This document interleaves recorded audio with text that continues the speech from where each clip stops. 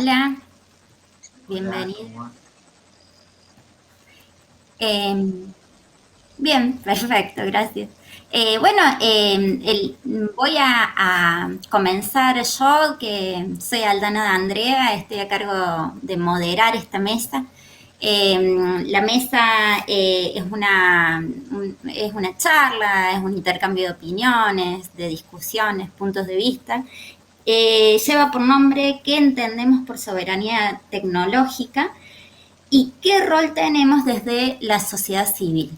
Tenemos a tres invitadas. Tenemos a Susana Morales. Hola Susana. Ella es docente e investigadora de la Facultad de Ciencias de la Comunicación de la Universidad Nacional de Córdoba. Es coordinadora del Grupo de Trabajo Apropiación de Tecnologías Digitales e Interseccionalidades, de Claxo, y es colaboradora y activista en proyectos de comunicación popular. También está con nosotros Martín Bayo. Él es activista de software libre y cultura libre. Es administrador de sistema del Ministerio de Educación de la provincia de Santa Fe y también es coordinador de la Tecnicatura Universitaria en Software Libre de la Universidad Nacional del Litoral. También está con nosotros Jessica Giudice. Ella forma parte del colectivo Altermundi desde su fundación, es cofundadora. Allí focaliza en áreas vinculadas a la formación comunitaria de redes, formación de redes comunitarias de Internet, y con el mismo interés forma parte de la red comunitaria Quintana Libre, en la localidad de José de la Quintana, en Córdoba. Ahí se ve el fondo hermoso de José de la Quintana. También forma parte de la Cumbre Argentina de Redes Comunitarias y de la Cumbre Latinoamericana de Redes Comunitarias. La propuesta es que, nos comenten, tengan unos 10 minutos, extendiéndonos a 15, no más que eso, para que nos comenten sus experiencias, sus pensamientos sobre la soberanía tecnológica. Luego vamos a abrir a preguntas, comentarios, y charlamos un poco. Si les parece, entonces comenzamos con Susana Morales. Bueno, ¿qué tal? ¿Cómo les va? Bueno, un placer, la verdad, muchísimas gracias por la invitación. Es la primera vez que participo, desde este lado, digamos, en los festivales de software libre, a pesar de que vengo siguiendo, el crecimiento del festival y de los grupos en Córdoba al menos.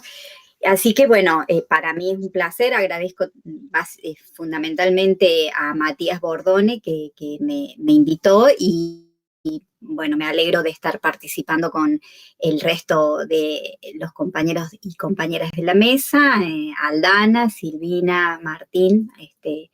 La verdad es que siempre, en el caso concreto de Altermundi, me parece una experiencia súper interesante. Entonces también poder compartir un diálogo de primera mano, porque bueno, he leído ponencias, he leído entrevistas, en fin, y entonces creo que está bueno intercambiar en cierto modo más presencialmente. Así que bueno, y espero conocer también las experiencias de Martín y demás. Yo un poco la idea de lo que quería como contarles a propósito de esta cuestión de este disparador que ha planteado el festival para esta mesa, ¿no? Esta cuestión de qué entendemos por soberanía tecnológica y qué podemos hacer desde la sociedad y, digamos, desde quienes no están como en los lugares de dirección y de gestión en torno a las decisiones que tienen que ver con la tecnología en nuestras sociedades, ¿no es cierto? Que somos la mayoría de la población. En general, sabemos que siempre quienes han tomado a su cargo la dirección que va teniendo nuestra vida en estas cuestiones son élites prácticamente, tanto las élites políticas como quienes tienen los conocimientos técnicos, ¿no? No voy a decir tecnócratas porque en realidad no es esa la idea a la que quiero referirme, pero sí los expertos en tecnología. La tecnología, en cierto modo, paradójicamente, a pesar de que con el tiempo ha ido permeando cada vez más nuestras prácticas cotidianas, también cada vez más se ha vuelto como una caja negra, ¿no? Es decir, cada vez más inescrutable y cada vez más incomprensible, porque en otras épocas los procesos tecnológicos eran bastante más materiales, si se quiere, ¿no? Es decir, bueno, vos no sé, hacías rodar un objeto cilíndrico y bueno, y vos veías cuál era el comportamiento de ese objeto cilíndrico. Hoy apretamos una tecla y no tenemos la más mínima idea de cómo es ese proceso físico, si se quiere, ¿no? De convertir ese movimiento en una letra en la pantalla o en una imagen o lo que fuera, ¿no? De hecho, yo recuerdo siempre una anécdota, estoy hablando, yo ya soy grande, viste que cuando dicen, ustedes son jóvenes, pero yo me acuerdo cuando hace varias décadas atrás, estoy hablando en el 85, yo trabajaba en una institución, en una federación médica, ¿no? Y recuerdo que había, digamos, dentro de las distintas oficinas, había una oficina que era la sala de cómputos, que era una sala bastante grande, con aparatos gigantescos, refrigerados todo el tiempo, y allí trabajaban, bueno, los informáticos, ¿no? Que no eran muchos, eran pocos, pero yo era, como digo, joven y estamos hablando de los inicios de esta masificación de las tecnologías digitales, de las computadoras. Entonces, yo me preguntaba cómo era posible que, digamos, con un teclado, una persona hacía, bueno, el data enter, digamos, quien cargaba los datos, manipulaba ese teclado y por una impresora que estaba al lado aparecían los listados de todas las prestaciones de cada médico durante un mes, las prestaciones médicas, y entonces para saber cuánto había que pagarle. Vamos, a mí me parecía una cosa que era en ese momento como realmente, qué sé yo, por decirle, completamente mágico, ¿no? O sea, mágico en el sentido de incomprensible, ¿no? Esto, ¿cómo es que sucede, no? Yo creo que de alguna manera estos temas, como digo, siguen siendo tan oscuros, tan poco transparentes, y sin embargo determinan fuertemente, o por lo menos no determinan, pero condicionan fuertemente nuestra vida cotidiana, y cuando no la condicionen, la posibilitan, la transforman, ¿sí? A tal punto que lo hemos naturalizado tanto que realmente no nos preguntamos sobre estas cuestiones, ¿no? Y yo creo que es el momento de dejar de tener este pensamiento de extrañamiento y de distanciamiento para empezar a preguntarnos cómo es que suceden estas cosas. O sea, hasta donde sea posible para nosotros comprender, tratar de entender cómo funciona la tecnología y las tecnologías digitales, básicamente, y cómo, y qué podemos hacer justamente desde nuestras prácticas cotidianas y fundamentalmente desde nuestras asociaciones, organizaciones, nuestros colectivos en los que participamos, para tener algún tipo de incidencia en relación a la direccionalidad que van a tener la incorporación y la masificación de estas tecnologías, que ya de hecho se han vuelto en un punto procesos bastante irreversibles. Es decir, no podemos decir, bueno, volvamos atrás y empecemos de nuevo, ¿no? Barajar y dar de nuevo. Hay cosas que ya están instaladas y no, aunque sería deseable, ya no podemos volver atrás. Pero sin embargo, creo que lo que sí podemos hacer es tratar de entender cada vez más. Ese es como una primera cuestión, ¿no? Y en esto me parece que hay que distinguir la idea de soberanía tecnológica con la idea de apropiación y la idea de empoderamiento, ¿no es cierto? Es decir, yo interpreto que obviamente siempre se puede ser soberano, o sea, los soberanos, soberana, se dice, bueno, los ciudadanos somos soberanos, ¿no? La idea de la democracia se basa en esta idea de soberanía, ¿no? De los ciudadanos que delegan en un gobierno determinado, por un tiempo determinado, el poder eh, de dirección, ¿no? Pero se supone que la soberanía la conserva los ciudadanos, las ciudadanas. Pero ese es un plano de la cuestión, ¿no? Y me parece que ese plano de la cuestión de la soberanía tiene que ver fuertemente con el diseño de políticas públicas, ¿no? Diseño de políticas públicas donde ya allí entra una cuestión, y en esto de las tecnologías me parece que es muy fuerte, cómo encontrar puntos de equilibrio, ¿no? Entre lo que sería la autonomía de un país, ¿verdad? Respecto de las grandes corporaciones tecnológicas o respecto de otros países que son quienes llevan la punta en materia de desarrollo tecnológico, ¿no? Allí uno puede decir, bueno, hay cuestiones que claramente inciden en el ecosistema mundial de la geopolítica, por decirlo, ¿no? En donde hay países que realmente a partir de un desarrollo tecnológico altísimo y fuertísimo, están pudiendo como a su vez condicionar las políticas tecnológicas de otros países, ¿no?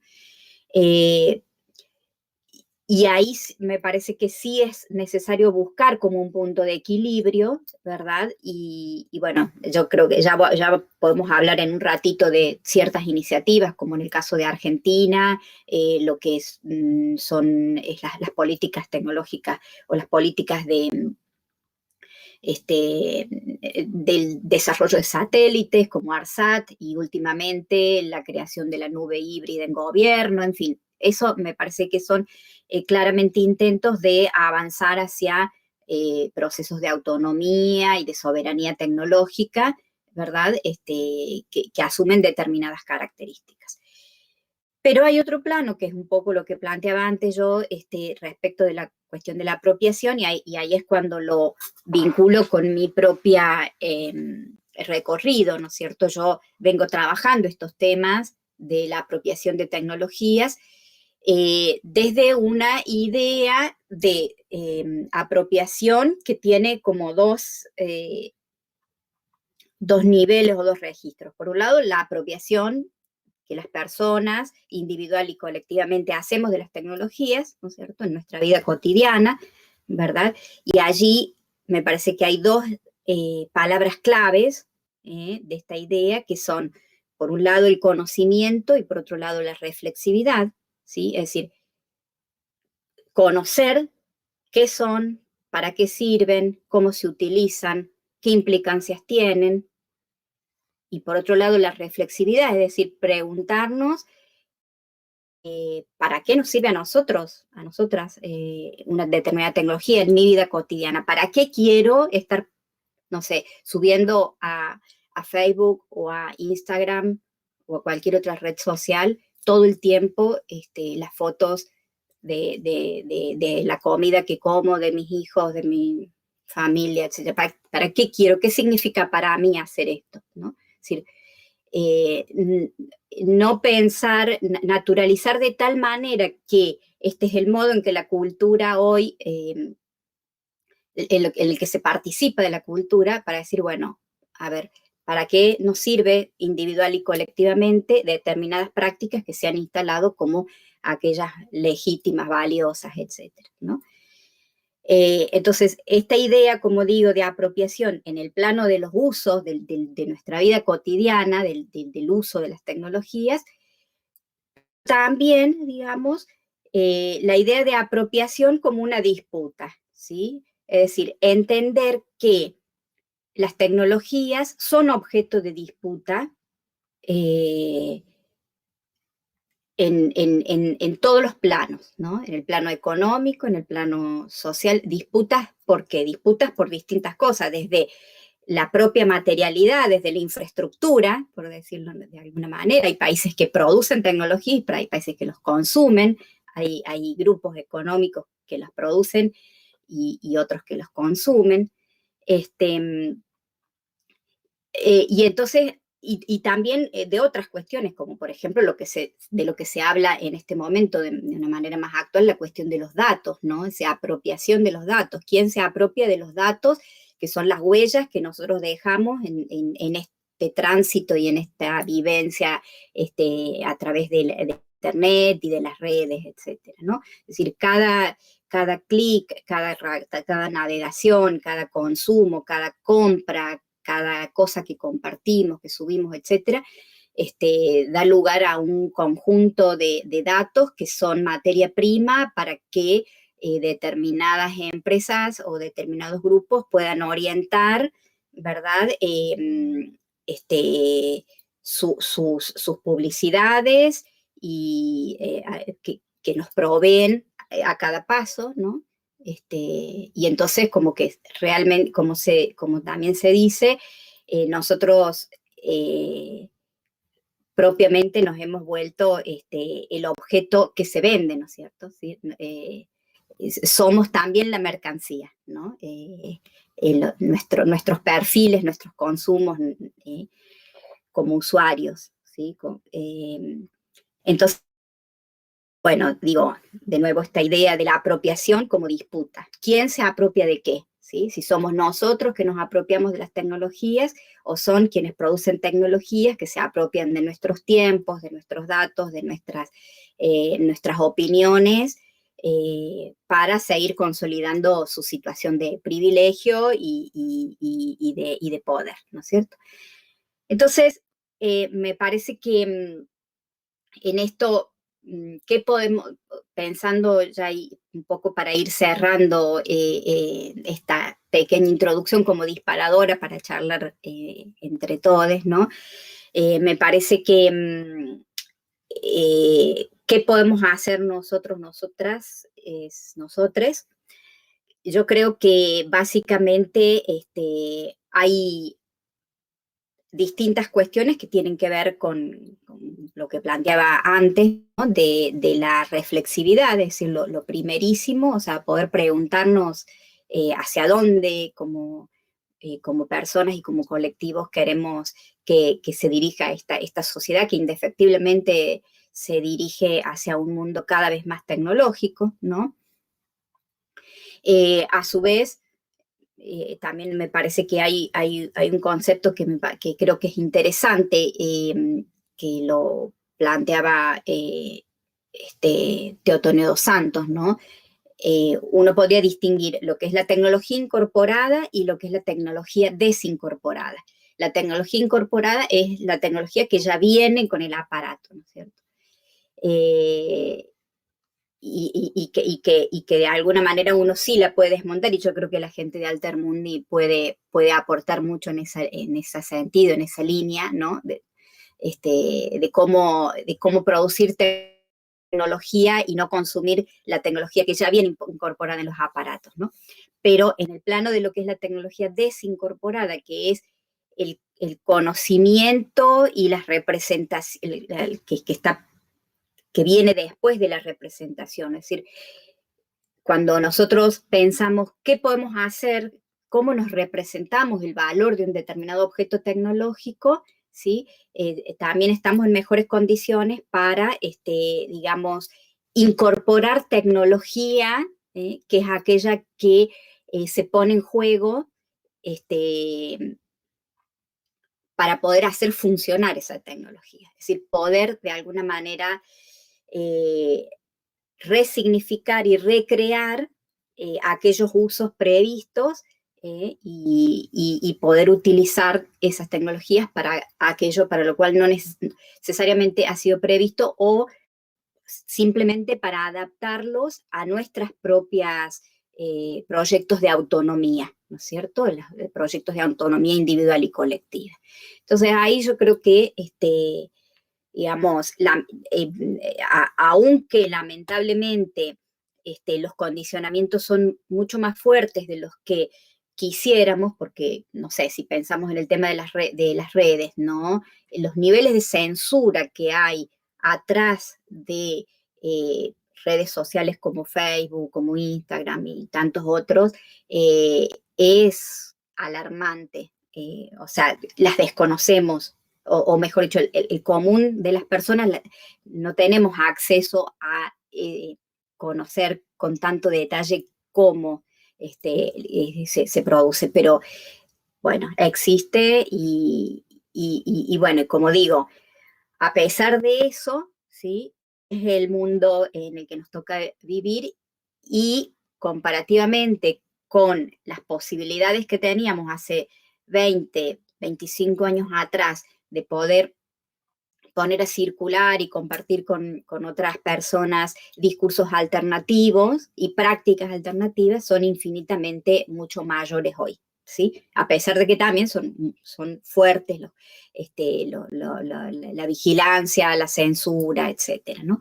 Pero bueno, siempre se trata como de un equilibrio, ¿no? Y de una disputa, como decía antes, ¿no? Me parece bueno, encuentros como este son justamente espacios como de resistencia, ¿verdad? Y de este deseo como de poder hacer con la tecnología otra cosa, ¿verdad? Que aquella para la cual verdaderamente sabemos que se ha creado las tecnologías, al menos estas tecnologías digitales, ¿no es cierto? Así que, bueno, si quieren, luego vamos con algunos otros intercambios y le cedo la palabra al resto del panel. Bueno, muchas gracias, Susana. Sí, ya ha habido algunas preguntas. Las vamos a dejar para cuando finalicemos por ahí, porque vamos a tener una visión más amplia para discutir. Pero bueno, ahora pasamos entonces a Martín. Buenas, ¿cómo andan? Bueno, también, primero que nada, también agradecer estos espacios que siempre son ricos y son muy importantes. Y bueno, quería arrancar esto con la idea que comentaba Susana de la flexibilidad, digamos, ¿no? Y esto de lo que es el software libre, digamos, ¿no?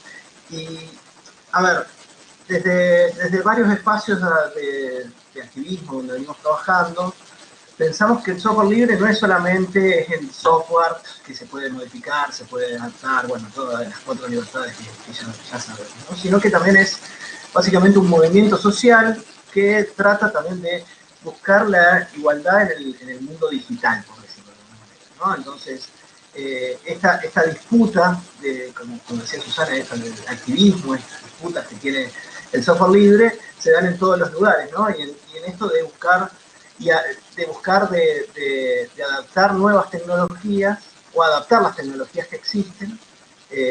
Por un lado, adaptar las tecnologías que existen para construir otros artefactos, ¿no? Bueno, a Jessy con Altermundi que trabajaron un montón con este tipo de cosas, que después terminan resignificando y creando otros artefactos, ¿no? Entonces, y otros artefactos con otros sentidos sociales mucho más fuertes, que nos sirven para esto, para que las ciudadanías y las poblaciones, digamos, también tengan soberanía y tengan esta autonomía, que si bien los estados pueden impulsar con mayor o menor políticas, digamos, ¿no? Pero que también puedan sostener esta idea de poder tener su propia autonomía, ¿no? O soberanía. Entonces, esta relación de software libre, digamos, que me parece que era bastante válida poder presentarla, como decir que pensemos el software libre más que solamente software, sino que un movimiento que articula con distintos otros movimientos, ¿sí? Es muy muy importante, los distintos movimientos que se han entramado dentro, digamos, de la comunidad fuerte de software libre, digamos, por decirlo de alguna manera, ¿no? El feminismo es un caso muy fuerte últimamente, o sea, que se ve mucho dentro de las Martín, comunidades. perdón, Sí. ¿puede ser que tu audio va y viene? ¿O yo lo escucho así o ustedes también? Ah, mira vos, me acabo de enterar. Gracias. Algo Bueno, ruido. no sé dónde está roto, pero bueno, no sé si ahí sigue el ruido o no.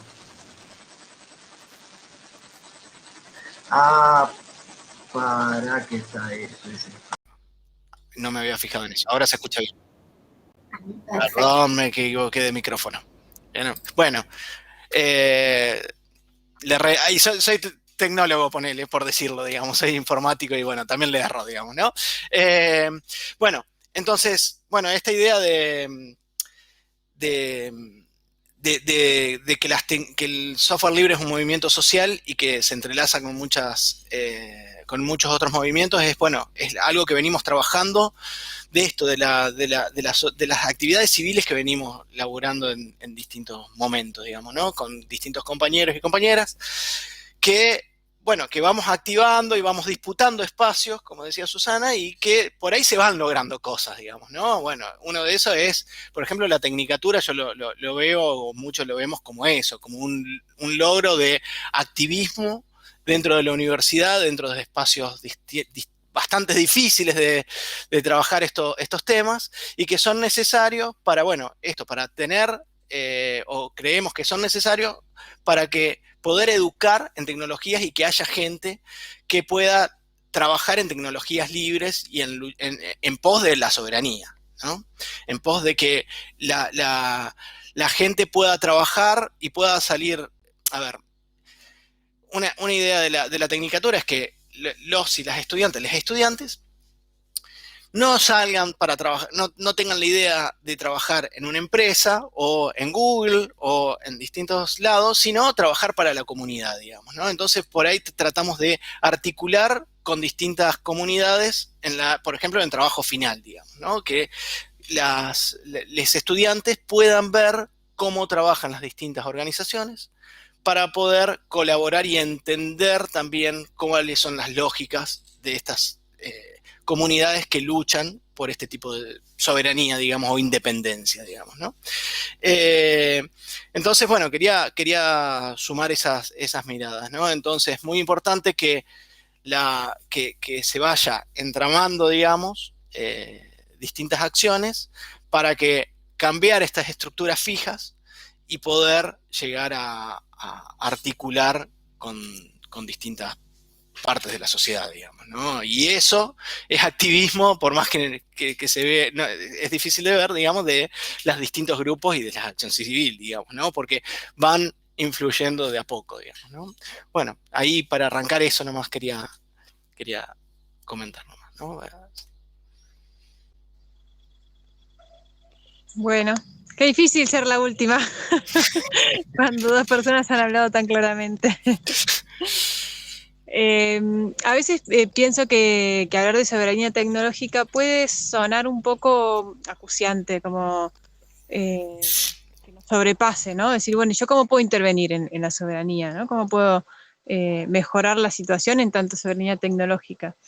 Y por ahí no tengo tanto una visión como estatal, pese a que la soberanía la debemos usar en esos entornos, pensarlo más bien como una construcción, como una aventura en el que estamos inmersos, ¿no? Y además que, bueno, en el sentido amplio de tecnología, nosotros nos dedicamos más que nada a redes comunitarias de internet, wifi, pero hay un montón de tecnologías que pueden estar vinculadas o no a las redes, que tienen que ver por ahí con agricultura, con comunicación analógica, radios comunitarias.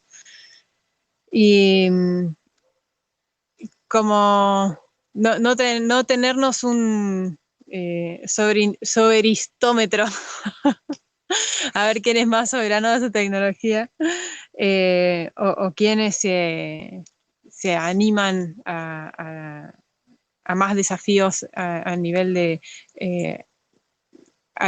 tomar más software libre, por ejemplo, en las radios, como que entender que las tecnologías vienen a responder a necesidades concretas de las sociedades, de las comunidades, y que primero que todo lo que tiene que primar es la resolución de esa necesidad, ¿no? Como llegar. Si es con software privativo, si es con software libre, pero se comunican por WhatsApp, bueno, después lo vamos viendo. Pero en esa aventura en la que estamos atravesando nuestros proyectos, nuestros sueños, nuestras necesidades y nuestra vida cotidiana, bueno, ir de a poquito como incorporando, teniendo conciencia, aunque veamos que ese es un camino a futuro, ¿no? Una cosa a incorporar. Y un poco las personas que tienen conocimientos técnicos, que son autodidactas por ahí, las personas que suelen gestionar o que que logran cohesión social, tienen un poco la responsabilidad de traer estos temas a las agendas de los proyectos comunitarios colectivos, ¿no? Y bueno, entiendo que también hay mucha gente escuchando que está vinculada al ámbito académico, alumnos, profesores, profesoras. Y también hay una necesidad muy concreta que siento y que la he sentido también en mi historia en otros países, en otros lugares, de entender la ingeniería o el desarrollo tecnológico o el desarrollo de software como una unión con su función social. Entonces, tener estudiantes que están desvinculados de las necesidades por ahí las necesidades suena como paternalista, ¿no? Como que lo que hacemos, el tiempo que le dedicamos, los conocimientos que adquirimos y cómo lo aplicamos, contemple siempre el bien común. Y para entender el bien común hay que ir ahí donde ese bien común se comparte y donde ese bien común es necesario y vital.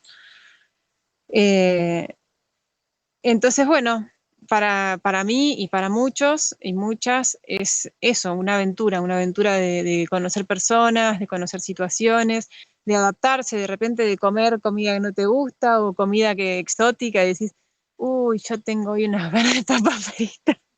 Y hay esta comida que ni sé el nombre, pero bueno, vamos a comer esto. A diferentes culturas, a sufrir, habitar las necesidades junto con las personas con las que estás y de repente toda esa energía vital, tu tiempo, tus segundos, tu tiempo en este mundo cobra otro sentido y siento que entusiasma mucho más el por qué estamos investigando, por qué estamos estudiando, por qué estamos despertándonos en la mañana y decidiendo hacer una cosa concreta, sea con la tecnología o con lo que sea, ¿no? Y volviendo a la cuestión de la soberanía, desde este sentimiento de apropiación, pero no bueno, yo tengo la cosa, o yo tengo el conocimiento, o yo tengo esta pieza tecnológica, software, hardware, sino de habitarla, de sentirla,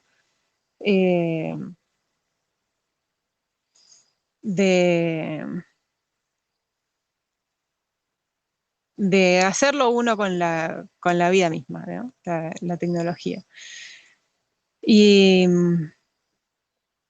lograr que la tecnología a veces la entendemos como un fin en sí mismo y muchas veces es un medio para otra cosa, así como esto que decía más antes de los proyectos o de otras necesidades. Pero también puede posibilitar decisiones sociales, como pactos sociales dentro de una comunidad. Entonces, ahí es donde entra también un poco lo que es el conocimiento, el empoderamiento en la soberanía tecnológica, de decir, bueno, yo para poder tomar la decisión de si quiero que en la comunidad quiénes decidir o diferenciar quiénes pueden ingresar a la red, quiénes pueden usar y subir contenidos locales, quiénes pueden acceder a la conectividad con Internet, con qué ancho de banda. Bueno, por ejemplo, esas decisiones hay que entender qué implica. Entonces, también puede surgir una necesidad de aprender y de incorporar conceptos más técnicos desde la necesidad de tomar decisiones y obviamente con información y con conocimiento. Así que creo que todos y todas podemos encontrar la motivación, más allá del nivel de conocimiento técnico que tengamos, para forzar que la tecnología responda a nuestras necesidades y a beneficiar o a promover los bienes comunes.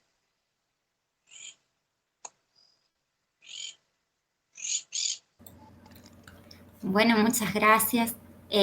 Muchas gracias también por no extenderse y no me pusieron en ese lugar de tener que cortarles, fueron maravillosas con el tiempo.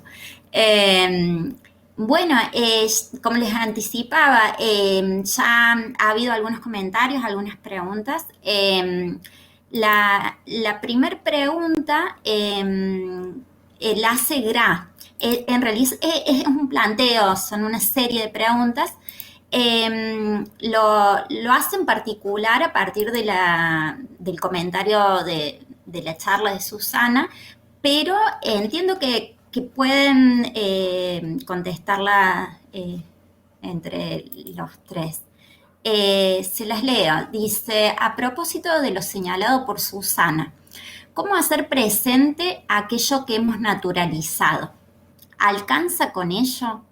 ¿Qué tipos de acciones más macro se requieren para avanzar en la soberanía tecnológica? ¿Cuál es el rol de Estado o del Estado en este camino? También, ¿cabe suponer que la promoción del desarrollo de software libre pueda aportar en esa dirección?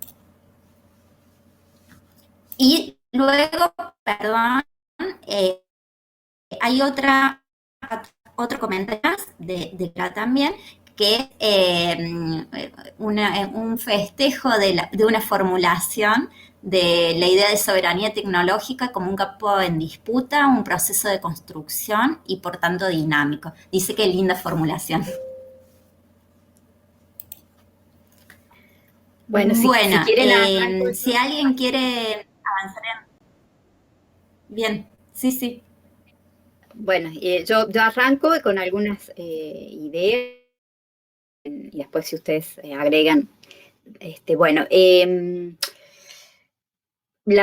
Esa primera expresión de si cómo hacer frente a la naturalización de la tecnología en nuestras vidas, en nuestras prácticas cotidianas.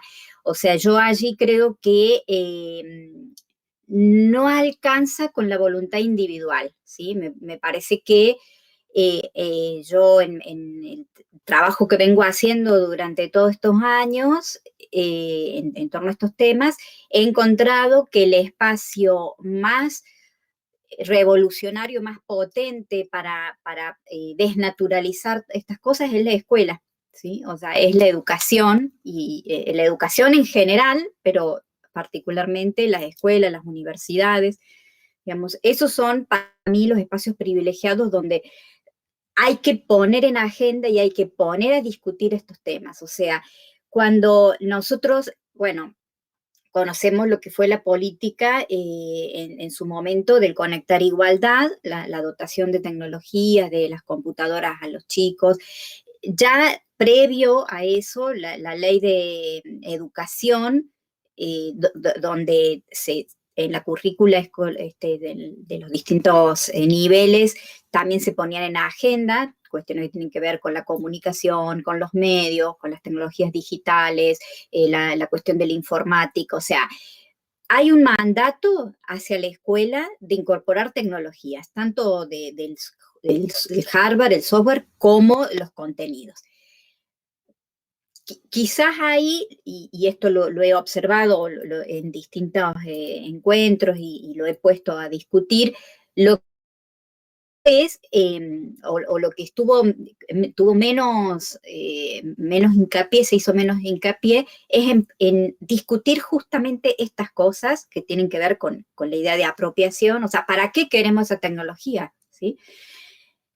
Entonces, yo creo que hay que recuperar esa discusión en la educación. Creo que la pandemia y todo lo que ha pasado con lo educativo es una oportunidad fuerte para eso. Es decir, hoy, no sé, se dice, bueno, la escuela ya no volverá a ser la misma, la escuela, la educación universitaria, en fin, no volverá a ser la misma, porque ya es como que se ha demostrado, entre comillas, que la educación a distancia, las tecnologías y tal, pueden ser un reemplazo, ¿no es cierto?, de muchas cosas, de los docentes. Bueno, hay que reivindicar el lugar de la presencialidad y hay que reinstalar la discusión sobre la tecnología para qué y cómo, ¿sí? Las tecnologías digitales para qué y cómo, y creo que el espacio privilegiado para eso y para desnaturalizar es el modo en el que se ha incluso en la disyuntiva a la que se le ha puesto a la educación, es justamente la escuela y la educación, ¿sí?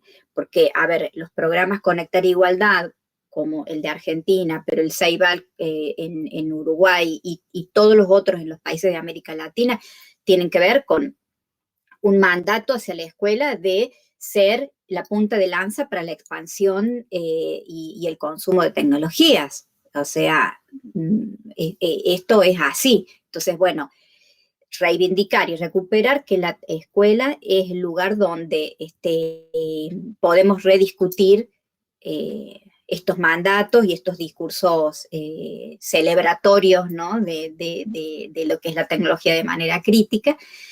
Y bueno, levanta la mano Jessy, yo ya dejo el micrófono. El rol del Estado en este camino, o si quieren, empecemos así y después vamos respondiendo las otras para no aburrir. Dejo acá entonces.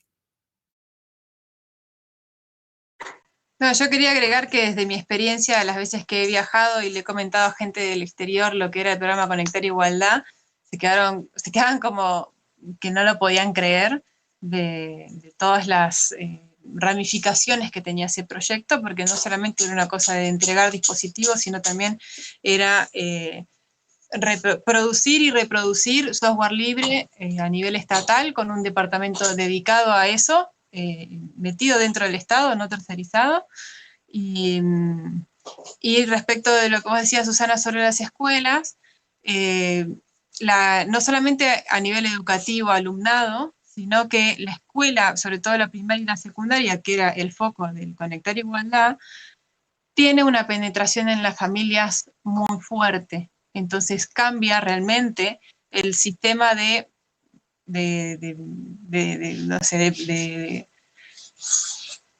uso de la tecnología, de conciencia de la tecnología, y bueno, depende cómo sea conducido el programa, nos puede volver más consumidores o más prosumidores. Y bueno, creo que en ese sentido era muy ambicioso el Conectar Igualdad, pero creo que era, como idea era muy brillante y muy desafiante, ¿no? Como era muy fuerte. Y siempre me gustó ver la cara de sorpresa de la gente fuera de Argentina. Así que me alegra mucho que que hagas mención a ese programa. Sí, me gustaría agregar, bueno, ayer estuvo Javier Castrillo también comentando, digamos, la vuelta de Guaira, digamos, y la entrega de, creo que eran 600.000, no quiero errarle, pero creo que 600.000, la propuesta de entregar 600.000 computadoras este año, digamos, ¿no? Entonces, como decía Jessica también, digamos, no es solamente que llegaba a las casas, digamos, de cada uno, digamos, y una, claro, porque era también un proyecto no solamente educativo, sino también de desarrollo social, por decirlo de alguna manera, digamos, ¿no? Un proyecto completo, digamos, ¿no?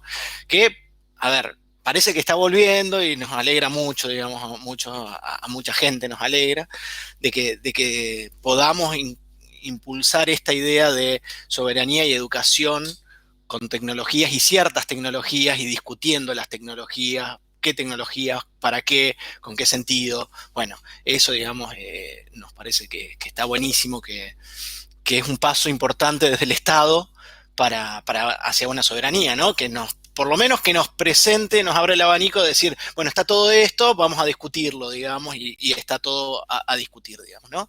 Otra apuesta ahora con Juana Manso, que también tiene el programa Juana Manso, que también veo que tiene esta impronta, digamos, porque también tiene proyectos educativos, digamos, no es solamente entregar computadoras con software, sino también educar con software libre y con recursos educativos abiertos. Esto, ¿qué sentido, cuáles son los sentidos de los contenidos?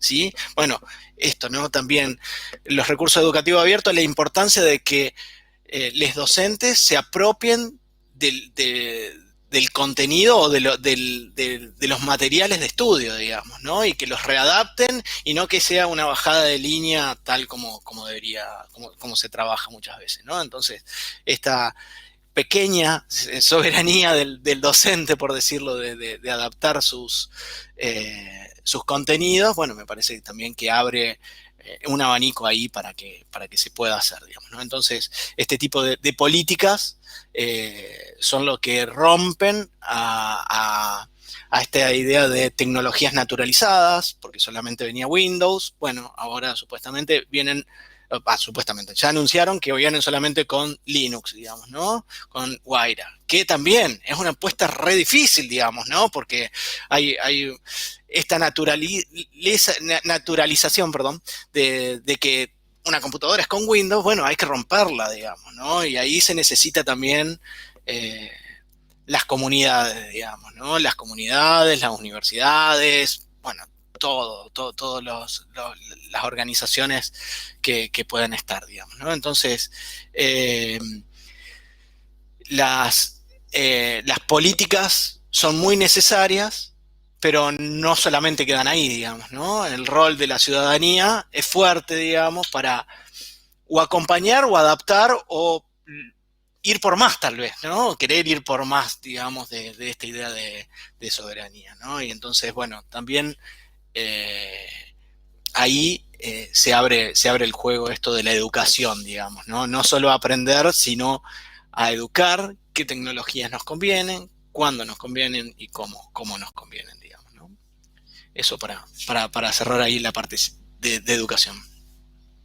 Vos sabés que es interesante esto que están comentando también, pero vos sabés que hay un tema allí. Yo en ese momento, en el marco de un grupo de trabajo de la facultad, hicimos una pequeña investigación, una encuesta, bueno, justamente acerca del tema del programa Conectar Igualdad. Y lo que salía es que el 90% de los estudiantes, cuando la computadora les daba la opción de entrar o por Windows o por Linux, digamos, por defecto entraban por Windows, el 90% más, ¿no es cierto?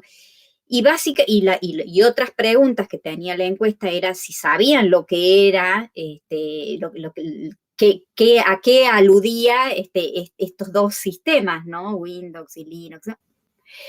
La respuesta era mayoritariamente no, ¿no es cierto? Entonces, yo creo que ahí es donde vuelvo a lo que decía un poco antes. O sea, es importante que se distribuyan computadoras desde el Estado, sí. Es importante que se distribuyan con la opción de sistema operativo libre y con programas libres, sí. Pero no es suficiente. Es el espacio del aula donde hay que debatir estas cosas y transmitir conocimiento, construir conocimiento allí. Cuando yo digo, no es posible apropiarse, no es posible una apropiación sin conocimiento, me estoy refiriendo a eso, o sea, si uno no sabe, o sea, y ahí es donde es más fácil naturalizar, porque nos deja más tranquilos, porque pues, digamos, si todo el mundo utiliza Windows, bueno, o sea, desafiar ese sentido común que circula es súper difícil. El lugar es la escuela, porque individualmente, como dije antes, por ahí el voluntarismo como no alcanza, ¿no? Y quería avanzar en esa otra pregunta que dice, bueno, ¿qué tipos de acciones más macro se requieren para avanzar en la soberanía? ¿Cuál es el rol del Estado en ese camino? ¿No es cierto? Yo creo que, bueno, me parece que es importante hacer mención a una iniciativa que en este momento está siendo objeto de debate, que es, bueno, ustedes saben que el Estado tiene una empresa, la empresa ARSAT, a través del cual, bueno, no solamente se construyen satélites, también se construye la infraestructura de fibra óptica de Argentina para llevar conectividad a los distintos lugares y demás, y también tiene lo que es el Centro Nacional de Datos, que es, bueno, varios miles de metros cuadrados donde están alojados, bueno, servidores, con lo cual se proyecta, o sea, se está proyectando en este momento la ampliación, una inversión de 4.300 millones de pesos a lo largo de 3 años, para ampliar la capacidad del Centro Nacional de Datos, porque la idea es crear una nube híbrida en gobierno. ¿Qué significa esto? Significa que, por lo menos en una primera etapa, las entidades de gobierno a nivel nacional, provincial y municipal puedan, en lugar de tener sus propios servidores o contratar servidores, digamos, de empresas extranjeras, puedan migrar hacia cómputo en la nube, pero utilizando el Centro Nacional de Datos, de ARSAT. Y entonces, de esa manera, por lo menos en esta etapa, los datos de la ciudadanía, ¿no es cierto?, no tengan que estar alojados en empresas extranjeras y por lo tanto en países extranjeros y por lo tanto con legislaciones extranjeras, sino que queden bajo la órbita de nuestro país. Eso tiene que ver claramente con cuestiones de soberanía tecnológica o autonomía tecnológica, porque además implicaría un ahorro de divisas, porque ustedes saben que el tema de el contratar servicios extranjeros supone el pago en dólares, ¿no es cierto? Entonces, eso son dólares que el Estado tiene que hacer frente, ¿no? Bueno, la iniciativa es un poquito como más amplia, más compleja, no vamos a discutir ahora. Yo en todo caso después les dejo un link donde hay un documento que hemos elaborado con un conjunto de organizaciones y de militantes y de académicos y académicas sobre justamente esta iniciativa. Porque el gobierno lo que hizo fue abrir una consulta pública, precisamente a ver qué opinaba la ciudadanía respecto de la iniciativa. Entonces hicimos un documento, ya lo voy a poner en el chat para que cualquiera lo pueda bajar. Me parece que está bueno. Y entonces yo creo que nuevamente uno tiene que pensar que el Estado es quien tiene más capacidades como para tomar acciones a nivel más macro, ¿no es cierto? Pero nosotros como ciudadanía no tenemos que resignar, digamos, el poder de presión o el poder de incidencia a través de nuestras organizaciones y de nuestras universidades, y tratar de hacer como alianzas, ¿no?, con las distintas instancias estatales porque, bueno, de esa manera el propio Estado también se fortalece en esas apuestas, ¿no es cierto? Porque, bueno, si no, por ahí también, como dije antes, las disputas son fuertes y si no tenés atrás una ciudadanía que acompaña, bueno, son más difíciles, ¿no es cierto? Lo de software libre, o sea, nosotros en ese documento lo que dijimos es que, bueno, esta iniciativa de nube híbrida en gobierno se requiere, sin duda, no solamente la infraestructura que está, la del Centro Nacional de Datos, sino también toda una capacidad de desarrollo de software que ahí nosotros planteamos que, bueno, que digamos, tiene que ser como una primera opción la cuestión del software libre, ¿no?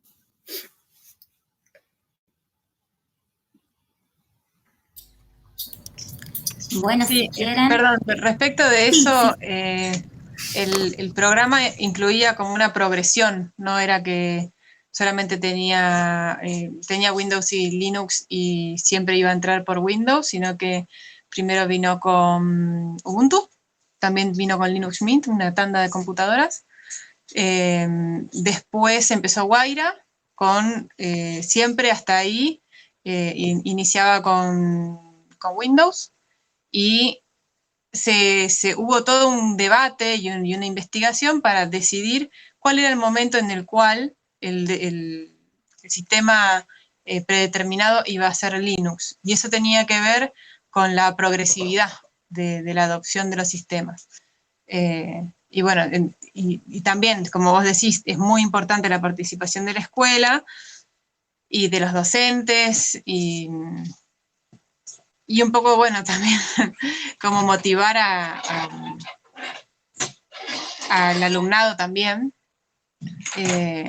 porque sí había bastante reticencia a asumir el compromiso que como guía las personas que estaban encargadas de las decisiones tecnológicas a nivel Ministerio de Educación se habían tomado. Entonces, bueno, desde la escuela en la que yo participé, acá en José de la Quintana, le poníamos bastante pila a eso, e incluso desde la dirección de la escuela a veces dudaban de nosotros. pero bueno, sí, es súper importante cómo se involucra la sociedad en los proyectos del Estado. Sí, y sumar esto que si la educación es indispensable, todos coincidimos en esto, digamos, y el rol de la sociedad civil, esto de educar con software libre, nosotros que estamos en la tecnicatura, la experiencia, digamos, es que no es fácil tampoco meter estos temas dentro de la universidad, dentro de la educación en general, digamos, ¿no? No es por eso hay pocas tecnicaturas en software libre, ojalá que haya un montón, digamos, tecnicatura, ingenierías en software libre, lo que sea, digamos, ¿no? Pero con tecnologías libres, digamos, ¿no? Es muy difícil de sostenerlas, digamos, ¿no? De que entren y que se sostengan, digamos, ¿no? Entonces,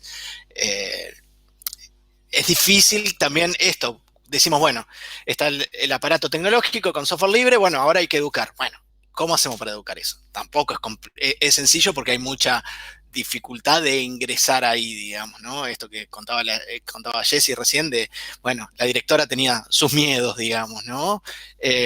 O en las universidades también tenés bastante resistencia, por decirlo de alguna manera, de los mismos docentes o las docentes que están, digamos, o los docentes, pues quiero decir así en general, los docentes, porque en informática generalmente son mayoría hombres, digamos, ¿no? Es más difícil, digamos, de cambiarles este chip, digamos, de la importancia de educar con software libre, digamos. Más allá de que es más fácil, puede llegar a ser más fácil con un software privativo, por decirlo, de utilizar, pero la importancia de política que tiene el software libre, digamos, es fundamental, digamos, ¿no? Entonces, bueno, quería traer esto que es difícil también de empezar a mover esa rueda, digamos, ¿no? De mover esa otra pata.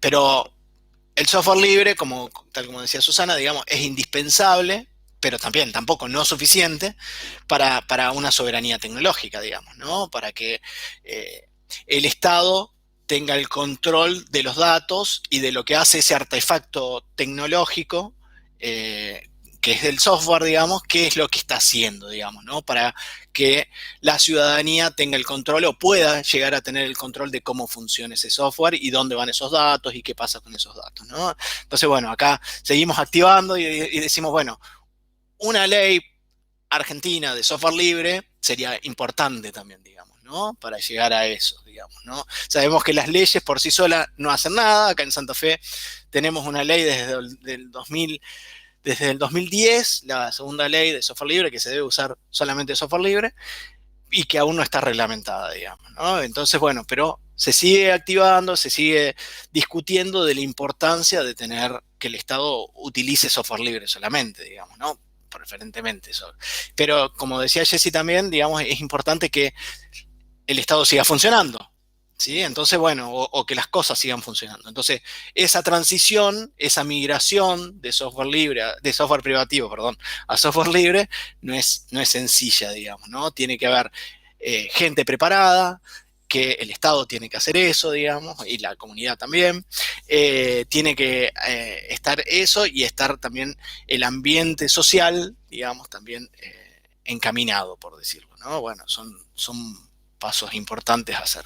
Pero más allá de eso, las leyes, digamos, ayudan a que eso pase, digamos, ¿no? Ayudan o dan el pie, el marco, para que la sociedad civil tenga más fuerza de poder migrar, digamos, ¿no? O hacer este cambio de cabeza, como dice mucha gente.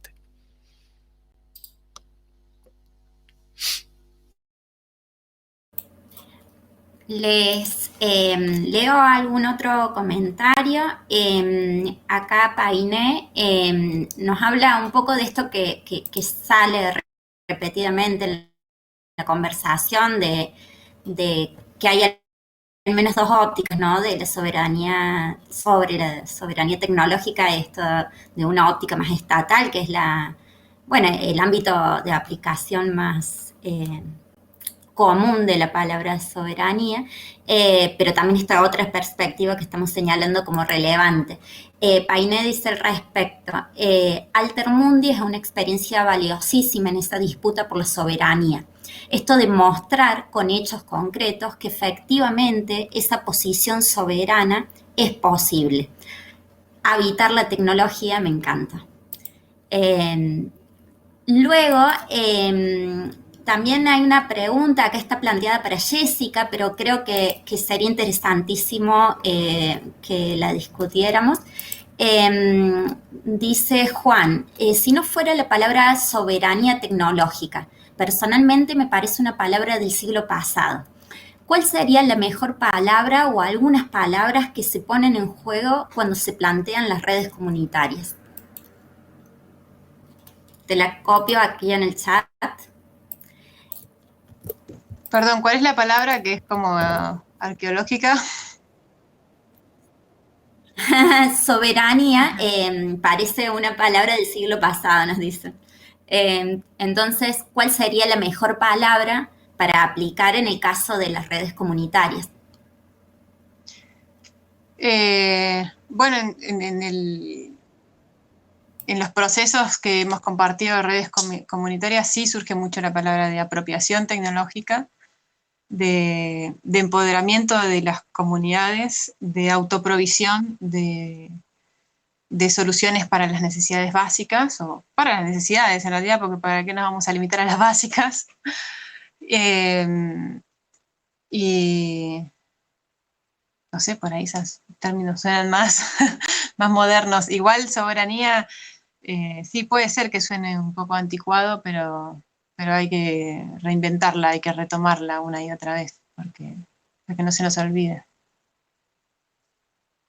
Como la palabra patria, ¿no? Que la vamos reinventando también. Sí, perdón que me meta en esta discusión, digamos, pero también la palabra soberanía se utiliza también en soberanía alimentaria. Bueno, hay muchos tipos de discusiones con la soberanía, digamos, ¿no? Y bueno, soberanía alimentaria no parece tampoco del siglo pasado, digamos, se sigue discutiendo al día de hoy, digamos, ¿no? Y nos parece también importante que esté, o sea, ese término, digamos, ¿no? Por lo menos a mí me parece interesante, digamos. Sí, soberanía de las telecomunicaciones también. Hay todo también un foco que hay que hacerle a la parte de lo que es la propiedad. Tanto, por ejemplo, el software libre como de de la infraestructura, o en este caso de las cosas, bueno, del hardware, de las cosas más materiales, ¿no? Entonces, en ese camino también gana la palabra soberanía o el empoderamiento gana otra matiz un poco más, bueno, más sólida, en el que las personas que hasta el momento venían contratando un servicio de internet, llamando y reclamando, ahora asumen otro rol en un proyecto colectivo, en el caso de las redes comunitarias, y pasan a usar, incorporar, habitar y apropiarse tanto de la tecnología que hace, que les ayuda a comprender el funcionamiento de la red, a monitorearla, a diagnosticarla y a repararla, como de los sistemas que corren adentro de los nodos, que trabajan toda la parte de la comunicación y de la transferencia de datos y bueno, todas esas cosas, como también de la parte del hardware. Y en ese caso, bueno, para quienes no saben, Altermundi viene lidiando, Altermundi y también Quintana Libre, que es como un poco la red de escuela, la red en la que aprendimos, en la que yo aprendí todo lo que sé hoy. Inicialmente usábamos, como decía Susana, tecnología comercial y la adaptábamos, le quitábamos el sistema operativo que venía de fábrica y le poníamos inicialmente OpenWRT, no voy a entrar mucho en detalles sobre sistemas, pero le poníamos software libre adentro de manera de, como ya también se mencionó, poder entender qué es lo que hace el aparato cuando le decimos que haga tal cosa, cómo lo resuelve.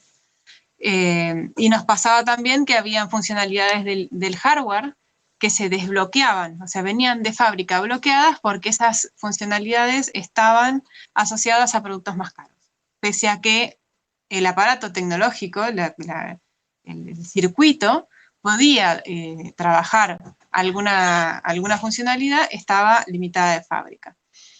Y llegó un momento en el que era demasiado difícil tanto mantener una tecnología estable, porque las tecnologías comerciales responden a leyes y a necesidades y lógicas comerciales muy lejanas a las necesidades de las comunidades y a las necesidades que buscan entender al bien común. Entonces, nos dimos cuenta que estábamos trabajando la mitad del tiempo para hacer ingeniería inversa, para entender cómo funcionaba el hardware y poder instalarle un software libre, ¿no? Y entonces era todo el tiempo un pasito adelante, dos pasitos para atrás, o dos pasitos adelante, uno para atrás, pongámosle que algo avanzábamos.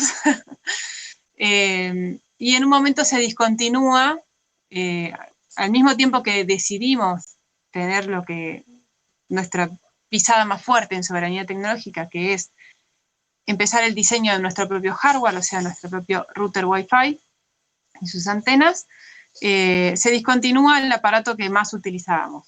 Y entonces empezaban a haber pocos y por lo tanto a venderse caros y reutilizados, ¿no?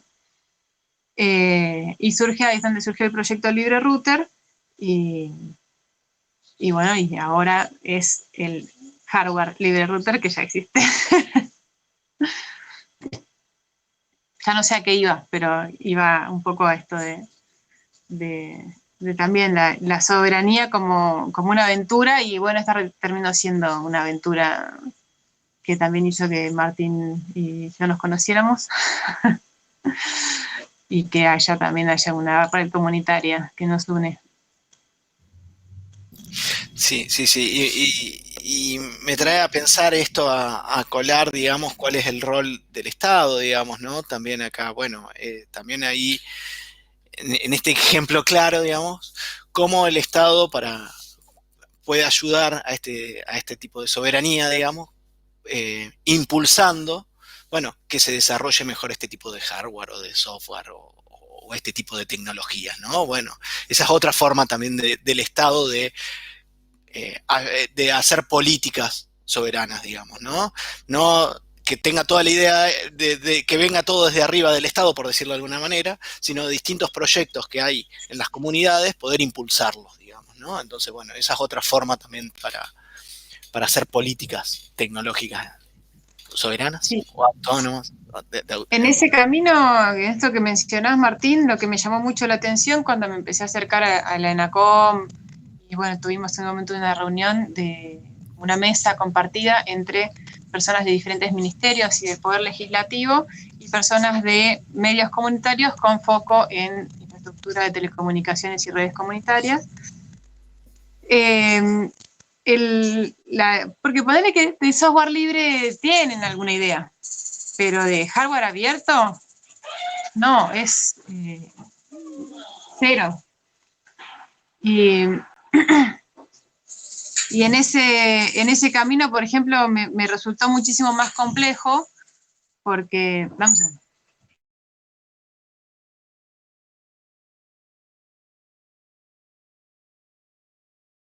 Bueno, aprovecho esta pequeña interrupción. No, dale. Pasaba que, por ejemplo, no solamente puede ser como una declaración, como por ejemplo declarar de interés público el hardware abierto, para decir un hardware libre, sino el poco apoyo, aunque sea nominal, aunque sea como una palabra al viento, porque es igual, que ¿a quién se le va a ocurrir hacer un hardware libre? ¿A quién? Para poder, por ejemplo, considerar el hardware libre diferenciadamente en los sistemas de importación, en los sistemas de impositivos, de aranceles, había que hablar con el Poder Legislativo. Y para eso, obviamente, requería, bueno, todo un circuito infinito. Entonces, es muy difícil ahondar dentro del Estado en esa temática. Y es un viaje largo, una aventura ríspida para andar descalzo sobre la greda.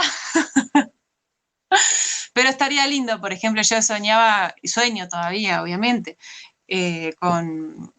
obviamente con aranceles diferenciados para el ingreso de tecnologías ya terminadas o para las partes, para la construcción local, nacional de tecnologías abiertas. También, por ejemplo, facilitación del proceso de homologación, su gratuidad o su bajo costo diferenciado respecto de productos comerciales, la implementación, el uso de tecnologías abiertas prioritario dentro de los organismos estatales, el apoyo financiero o de fondos directamente para proyectos que sean de investigación y desarrollo de tecnologías libres, en este caso de hardware abierto, o de proyectos que incluyan el uso de ese tipo de tecnología. Entonces hay todo un universo, pero todo ese universo es, bueno, eso, hay que subirse a la aventura. Sí. Yo lo que justo que iba a decir ahí, como para simplemente un bocadillo, ¿no? O sea, cuando hablamos justamente, esa referencia que yo hacía a la idea de tecnología incorporada y tecnología desincorporada, me parece que, bueno, la experiencia de Altermundi es claramente la intervención, ¿no? En ese plano de la tecnología desincorporada, o sea, cómo agarrar una tecnología que ya viene como con sus componentes, con una tecnología completamente cerrada, integrada y demás, a desconstruirla y construir otra cosa con los conocimientos que bueno, vos mismo también lo planteabas, ¿no?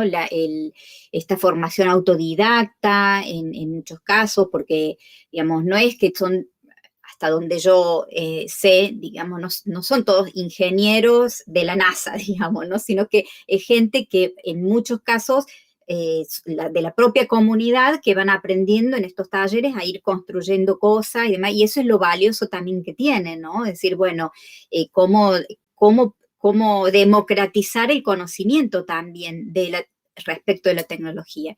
Y eso me parece como, a eso es lo que iba yo cuando digo, bueno, no podemos dejar que el conocimiento quede reducido en una élite de expertos, ¿no? O sea, tiene que popularizarse, tiene que democratizarse, porque básicamente, digamos, a ver, si un pibe de 20 y pico de años tuvo la picardía de comprar el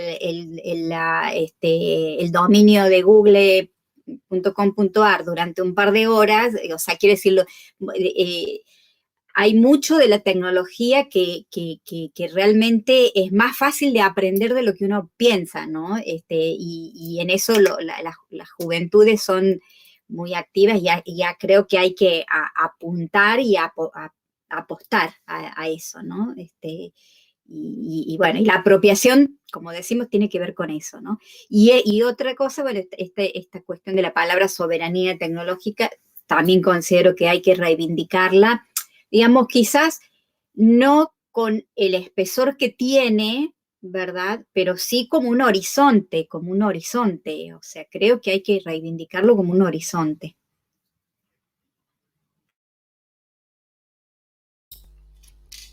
Sí. Como la aventurita.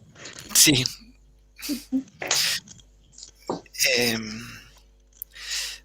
Nada, esto cuando decía Susana que no todos son ingenieros de la NASA, me pensaba también como en mi rol de estar en la facultad, digamos, ¿no? De decir, bueno, cuál es el rol de la universidad, digamos, ¿no? Y discutirlo ahí, que muchas veces se pierde un poco esta idea del fin social de las tecnologías en las universidades, digamos, ¿no? Entonces, bueno, esta disputa o este camino o esta aventura, digamos, también hay distintas aventuras, ¿sí? Que se cruzan y que tienen el mismo fin, digamos, el de la soberanía, por decirlo, que está en todos los espacios, digamos, ¿no? Entonces, estamos todos y todas involucrados, ¿no? O sea, que desde la sociedad civil, desde cualquier estudiante que insista, digamos, por decirlo, dentro de las universidades, también es importante, digamos, ¿no?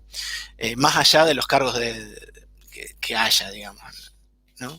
Entonces, bueno, nada, me quedé pensando ahí que cuál es el rol de cada una de las personas en el caso de la soberanía tecnológica, es esa, digamos, también, digamos, ¿no? Es animarse a esta aventura, como dice Jesse, digamos, desde donde está posicionado cada persona,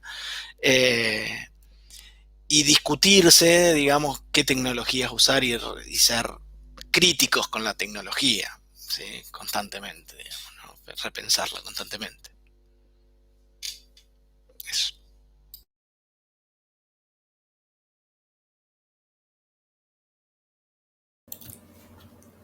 Bueno, sí, yo pienso, un comentario mío, y ya les doy lugar a otras preguntas también, que queda bastante claro, ¿no? Que desde esta perspectiva que estamos pensando ahora, que la tecnología no es un artefacto, ¿no? No es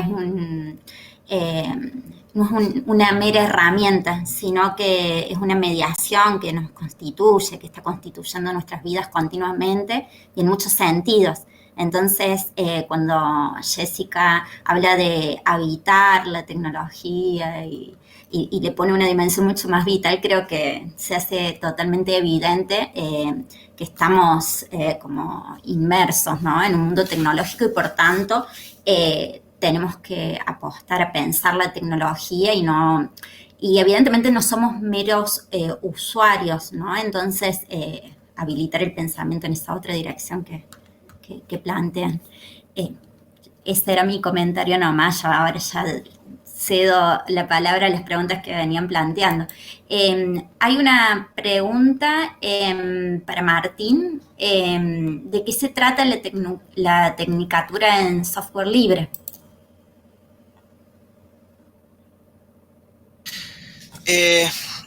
Bueno, básicamente en la tecnicatura lo que tratamos de hacer es, bueno, discutir el software libre en estas ideas que trabajábamos hoy, ¿no?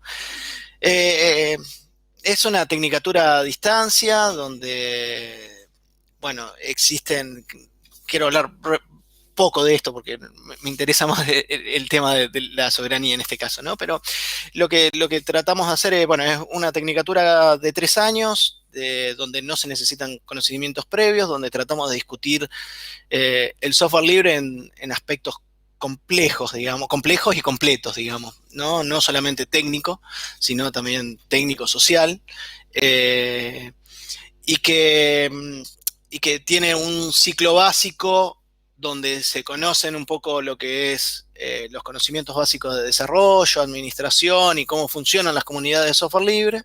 Y después hay el segundo ciclo donde hay 3 trayectos, uno de administración de servidores, ¿sí? Si quieren para esto, para poder administrar servidores,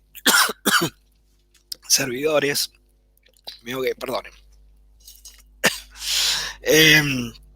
Otro de desarrollo y el último trayecto de educación, donde se busca un técnico que colabore junto al docente para migrar tecnológicamente las aulas, por decirlo, ¿no? Tanto virtual o presencial. Dejo ahí. Martín, ¿dónde está el link? ¿Dónde se puede informar más? ¿Dónde se puedan inscribir? ¿Están abiertas las inscripciones? No, bueno, más información pueden encontrar en unlvirtual.edu.ar, o si no, también tenemos un blog que lo mantenemos con estudiantes y docentes, que es técnicos con X, technics libres.blogspot.com. Bueno, y ahí van a encontrar distinta información, digamos, ¿no? Hay ingreso a la comunidad que estamos abriendo ahora, un Telegram también de la comunidad de la tecnicatura para discutir temas en general, digamos, ¿no?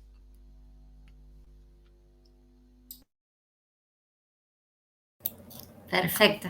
Es interesantísima la propuesta y tiene que ver con la soberanía. Así que estaba muy bien los datos. A Jessica, ¿qué está haciendo Altermundi ahora, actualmente? Algo ya nos comentó, ¿no? Qué pregunta amplia. ¿Qué estamos haciendo? Bueno, por un lado continuamos con el desarrollo de lo que es el proyecto Libre Router. Estamos haciendo muchísima documentación, tutoriales, tanto gráficos como audiovisuales, en español, en inglés y en portugués. La idea es que se pueda facilitar todos los procesos de promoción y de formación de redes comunitarias en el sur global, por eso esos 3 idiomas principalmente. Se está trabajando también muchísimo en lo que es el desarrollo de la Lime App, que es una app de acceso web que se aloja en los mismos nodos, entonces no necesita ningún dispositivo adicional ni una instalación de una app en un celular, puede ser un celular viejito porque usa el navegador. Y bueno, sumándole tanto lo que son funcionalidades para el diagnóstico, monitoreo y mantenimiento de la red, como así también tratando de que esas funcionalidades que por ahí ya estaban sean o más completas o más claras, agregándole colores o otras palabras que son más cercanas a las personas que no tienen conocimiento técnico, porque quienes construyen las redes comunitarias, bueno, a quienes nosotros queremos llegar y facilitarles la vida en la creación de sus propias redes comunitarias son personas sin formación técnica, vecinos y vecinas que tienen cualquier otra ocupación, y bueno, que la curva de aprendizaje no sea demasiado ríspida. Y al mismo tiempo hay un proyecto que está todavía en bambalinas, que no lo van a ver por un tiempito, que se llama El Repollo, que es un repositorio de cultura distribuido. O sea, es una plataforma en la cual se puede compartir todo tipo de contenidos y sin necesidad de tener un servidor, que podría tenerlo, como que no. y que los dispositivos comparten entre sí la información a niveles como capas de cebolla. Y bueno, nada, con eso pensamos revolucionar la internet. Ya veremos, en breve hay avances. Hay un sitio web, que quiere entrar a elrepo.io, lo puede ver en el sitio web, y si no, en altermundi.net, cosas que tienen que ver con bueno, ahí mismo está la documentación también, toda esta documentación que les comento, y que también acompaña tanto el LibreRouter como la LimeApp, cómo se usa el LibreRouter, cómo se conecta, cómo se configura, cómo se usa el LimeApp. Y después también la página del LibreRouter y el foro del LibreRouter, que está linkeado en ambos sitios, para hacer consultas sobre, bueno, tanto de LibreRouter como de redes comunitarias en general. Bien, muchas gracias. Hay una pregunta para Susana. Uy, la perdí. ¿Dónde estoy? Acá, Susana. ¿Cuáles fueron las conclusiones de las charlas sobre soberanía tecnológica de la Facultad de Ciencias de la Comunicación? Bien, bueno, justo ahí estaba compartiendo el link para quienes quieran entrar al documento que armamos a propósito de la consulta pública, ¿no es cierto? Pero básicamente acordamos con la propuesta del gobierno, ¿no? De avanzar hacia esa nube híbrida, ¿sí? Eso para empezar. Sí hemos planteado así como a algunas inquietudes respecto de, por un lado, el poco tiempo y la modalidad de consulta, ¿sí? De consulta pública, que vos tenías que mandar un correo o entrar a través de trámites a distancia. Nosotros planteamos que se amplíe ese plazo y que la modalidad sea otra, más participativa, donde cada quien que quiera hacer un aporte o una consideración lo pueda hacer públicamente y que por lo tanto que el resto de las organizaciones y personas podamos saber qué están proponiendo, quiénes y qué.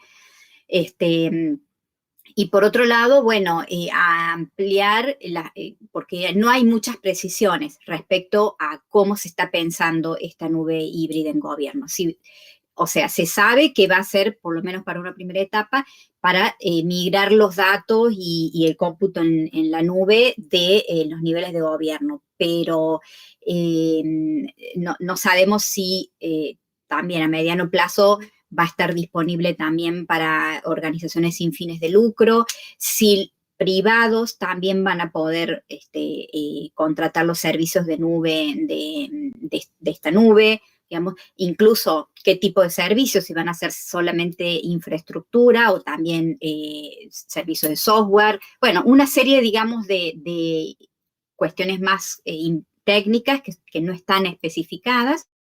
Entonces también hemos pedido una ampliación al respecto. Planteamos que la inversión sea un poco más amplia, porque la inversión prevista, de acuerdo a los que saben de estos temas, ¿no? De costos y demás, de servidores y demás, no parece ser un monto que realmente permita la creación de una nube sólida y sobre todo de servicios de nube amplios. Después, otra cuestión obviamente también que se base y se utilice software libre, no solamente código abierto, sino porque sí se ha anunciado que se utilizaría código abierto, pero nosotros planteamos que, bueno, no sería suficiente, sino más la filosofía de software libre. Después, bueno, obviamente la actualización de leyes como la ley de protección de datos personales y otra serie de instrumentos legislativos, ¿no es cierto?, que tengan que ver con, bueno, territorialidad de los datos, en fin, otra serie, digamos, de cuestiones, de instrumentos de política pública, de normativos, ¿verdad? Que complementen a esta iniciativa. Pero la principal es que se amplíe el debate y que se arbitren como mecanismos de gobernanza de Internet de alguna manera que incorpore al sector sin fines de lucro, al sector académico, además del sector privado, obviamente, porque eso descontamos que el sector privado va a estar allí, digamos, porque bueno, no, muchas de las funcionalidades y de la provisión proviene del sector privado, pero que también participe en esas discusiones el sector público, la academia y la sociedad civil y las organizaciones y entidades de usuarios y usuarias. Y bueno, básicamente es esas entre otras cuestiones, ¿no?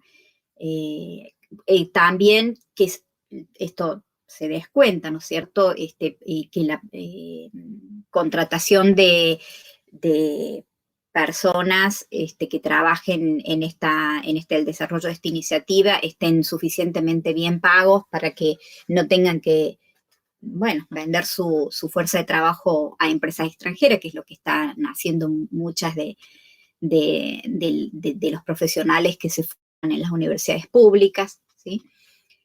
Bueno, algunas de las propuestas son esas.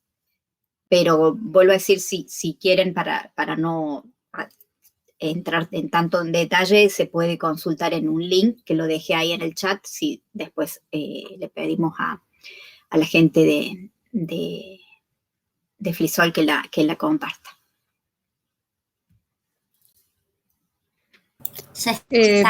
Están todos puestos en Telegram, en el grupo. ¿Sí? Me retomo una cosa de la pregunta anterior, de qué estamos haciendo, porque, bueno, hay toda una línea continua de esfuerzo que ponemos tanto en Altermundi como desde la Cumbre Argentina de Redes Comunitarias principalmente, que tiene que ver con la incorporación de las redes comunitarias como sujeto político en el ámbito de las telecomunicaciones en la Argentina. Y ese, lo digo así, parece como, bueno, entonces de eso debe entrar todo en una cajita, pero la verdad es que tiene expresiones muy diversas. Una ya más o menos la fui mencionando con esto del hardware abierto, pero, por ejemplo, estuvimos trabajando muchísimo en lo que es el acceso al Fondo de Servicio Universal a través de los aportes no reembolsables, los ANR. Se abrió, bueno, desde el año, sí, como 4 o 5 años que se creó la licencia BARC, la licencia Valor Agregado para Redes Comunitarias, sin fin de lucro, bueno, es más largo.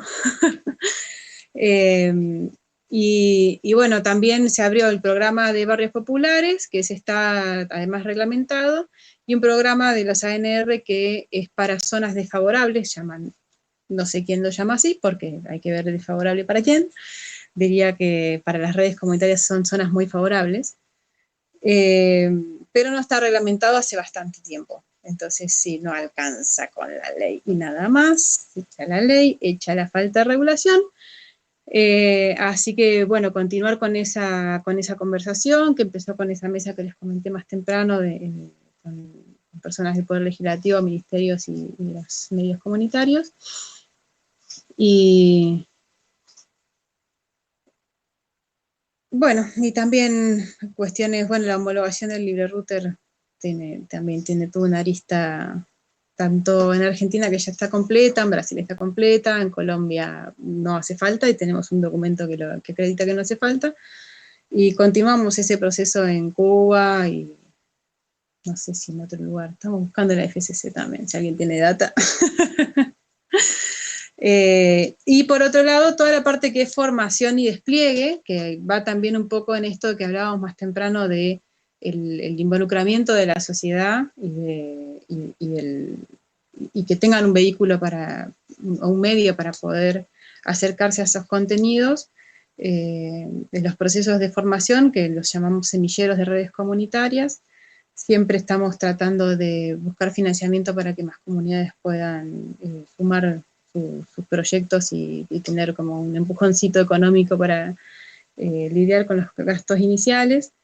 Y bueno, este año también estamos trabajando con varias organizaciones de base de mayor o menor expansión territorial en Argentina para acompañarles en los procesos de despliegue de redes comunitarias en las comunidades en las que ellos trabajan otros tipos de proyectos que tienen que ver con soberanías. Así que amplío un poco así, rápido.